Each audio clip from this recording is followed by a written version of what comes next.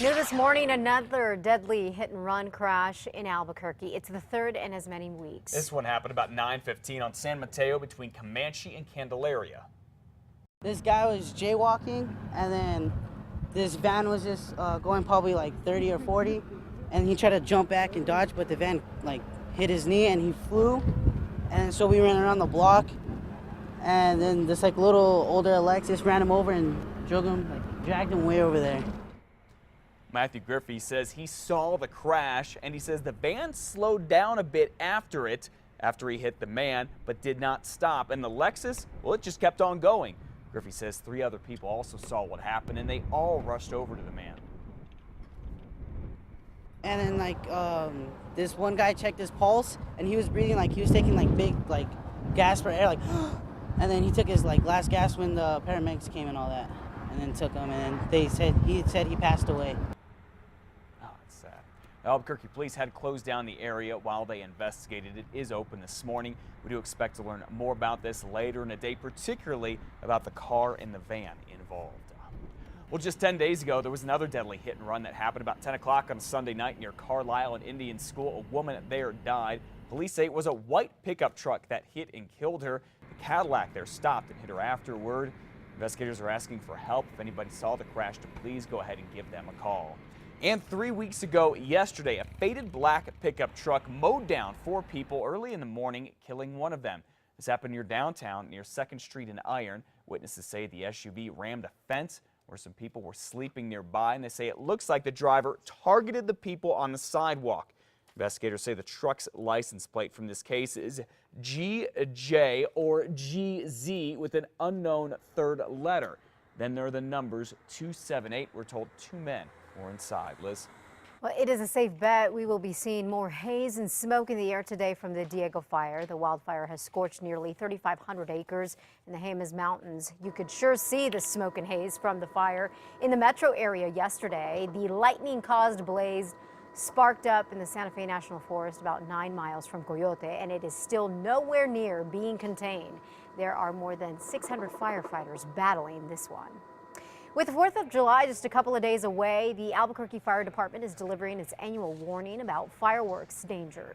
Here's the deal. If you buy fireworks that have a label that includes the word warning, they are illegal to light in the city. If they have the label that says caution, those are good to go. The chief says there is one way to be sure what you buy is legal. Listen. We do encourage people to buy their fireworks from within the city, because if you buy them within the city, they are legal fireworks. We have put together a list of what is legal and illegal for you to check out online. Just go to KRQE.com. Former New Mexico Governor Gary Johnson here has a new job this morning, running a pot company.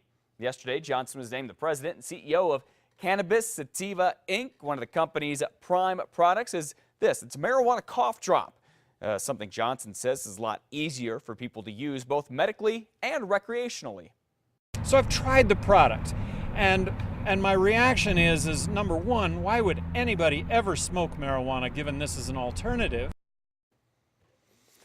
Cannabis Sativa is based out of Nevada. It's banking on helping people in states all over the country with cannabis oil, which has been shown to help kids with epilepsy. Even states that don't allow medical marijuana, such as Florida, now just allow this. Johnson has been a longtime advocate for legalizing marijuana, and he says he thinks the country as a whole is heading in that direction. Interesting. All right. News 13 has obtained the surveillance video that APS police say shows former Sandia Athletic Director Tom Nauber going into a basketball coach's office with a bag and coming out empty-handed. Now, 2 days before, the AD told police that the coach had drug paraphernalia in his office. The district says that the police investigation was never criminal, just informational, but they did forward the case to the district attorney's office to determine whether Nauber should face charges of planting evidence in basketball coach Alvin Broussard's office. APS transferred Nauber to Volcano Vista High School, but News 13 has learned that he'll instead be making his debut as Dean of Students at Sam's Academy, a PED charter school on the west side. Broussard's attorney says Leon Howard, that's the name of the attorney, says, well, he says that they are not naming a school or making a choice not to protect its students and staff. We'll explain further in the next hour. Well, toxicology reports are now out on the two men Albuquerque police shot and killed in May, and both were impaired when the shootings happened.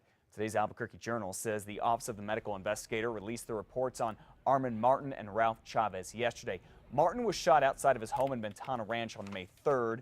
Investigators say he was legally drunk at the time and had a drug designed to treat anxiety or insomnia in his system, and the alcohol can increase its effects. Now, Chavez was shot on May 22nd near 2nd Street in the I-40 frontage road.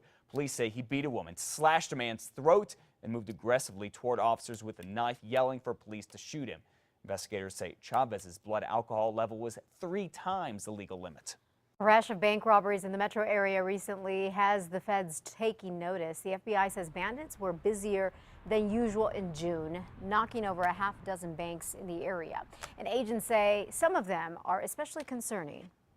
In some of these cases, a threat was made. In some of these cases, a weapon was used. So we take that very seriously. The guy pulled the most recent robbery at the Bank of Albuquerque in Rio Rancho on Monday. Take a look here. The FBI thinks some of the June robberies were pulled by some of the same people. There's a $1,000 reward for information that leads to an arrest. Well, here is yet another reason to keep an eye on your credit and debit card accounts, because some here in New Mexico might have been compromised recently, and we have more information about this now. You know, we told you police think some accounts at Pioneer Bank in Roswell were hacked. Well, now the bank tells us cards used at a restaurant may have been compromised. The bank says federal investigators are checking to see if this is connected to the big P.F. Chang's data breach we told you about just a few weeks ago. Well, the man accused of driving drunk when he crashed into a state police officer in Hobbs, smashing his car there, is now behind bars. Jason Allred turned himself in yesterday. Police say Allred was drunk Saturday night when he crashed into Officer Carlos Verdugo's patrol car while the officer was in it during a traffic stop. The officer, Verdugo, here was flown to a hospital in Lubbock. He is now at home recovering. Allred was flown to a hospital in Albuquerque. Again, he's now in jail, charged with DWI and great bodily harm by vehicle.